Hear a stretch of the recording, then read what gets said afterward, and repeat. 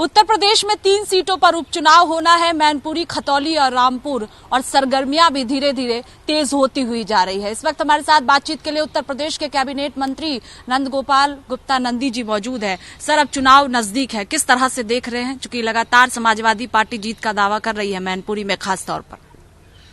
देखिए, चाहे मैनपुरी हो, चाहे आजमगढ़ हो, चाहे रामपुर हो, ये जितने गढ़ थे सब समाप्त हुए।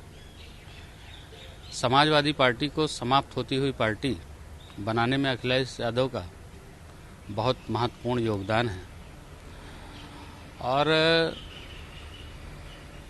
सभी को समझ में आ गया हो कि समाजवादी पार्टी में कार्यकर्ता चाहे जितनी मेहनत कर दे, चाहे जितना काम कर दे, अंतोगत्वा समाजवादी पार्टी परिवारवादी में ही परिवार में सिमट करके रह जाती है। और उसका जीता जागता उदाहरण है मैनपुरी में अखिलेश जी की वाइफ का चुनाव लड़ना। निश्चित रूप से समाजवादी पार्टी के लिए जग जाहिर है और सब जानते हैं कि जिस गाड़ी में सपा का झंडा समझो उसमें बैठा गुंडा। समाजवादी पार्टी का वो उतना बड़ा नेता है जो जितना बड़ा क्रिमिनल है, जितना बड़ा अपराधी।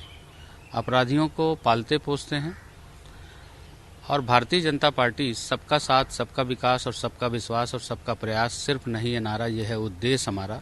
ये धरातल पर दिखाई दे रहा है पूरे उत्तर प्रदेश में।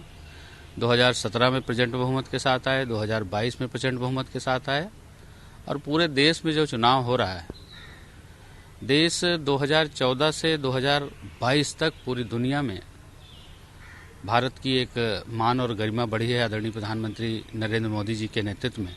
और उत्तर प्रदेश के मुखिया कर्मयोगी योगी आदित्यनाथ जी ने प्रदेश के अंतिम गांव तक विकास की रोशनी पहुंचे, अंतिम व्यक्ति तक सरकार की योजनाओं का लाभ पहुंचे, इसके लिए लगातार काम कर रहे हैं।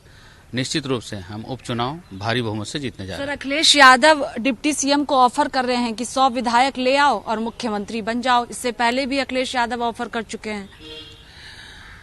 अब देखिए, यही इनकी बचकानी हरकत। प्रदेश भूला नहीं है। जो प्रदेश का मुखिया रहा हो, इतनी छोटी सोच हो कि घर से टोटी निकाल करके ले जाए। प्रदेश और देश ये भी नहीं भूला है कि हमारे देश के वैज्ञानिकों का मजाक उड़ाया है कि ये भारतीय जनता पार्टी की वैक्सीन है।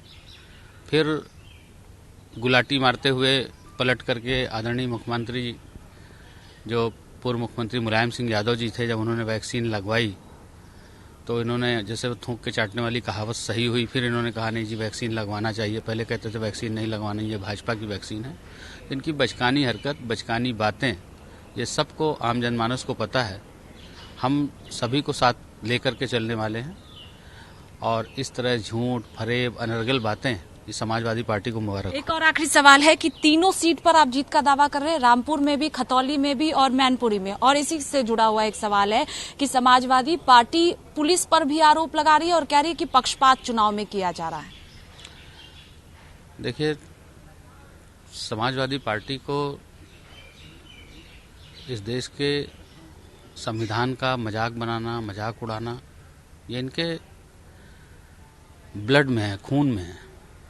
जब समाजवादी पार्टी की सरकार थी तो थाने और जिला प्रशासन को गुंडे और अपराधी और माफिया चलाते थे। आज वो माफिया अपने किए की सजा भुगत रहे हैं जेल के पीछे और निश्चित रूप से गुंडे अपराधियों पे जम के कार्रवाई हुई है और समाजवादी पार्टी को समाप्त होती हुई पार्टी ये अंतिम कील ठोकने जा रही है। बहुत शुक्रिया बातचीत के लिए। देखिए, साफ तौर पर कहना है कि 3 सीटों पर जहां उपचुनाव होना है, भारतीय जनता पार्टी जीत रही है और अखिलेश यादव हो, समाजवादी पार्टी का समापन ये तीनों उपचुनाव में सीटों पर होने जा रहा है। कैमरा पर्सन रोहित के साथ स्वाति पाठक, भारत समाचार, दिल्ली।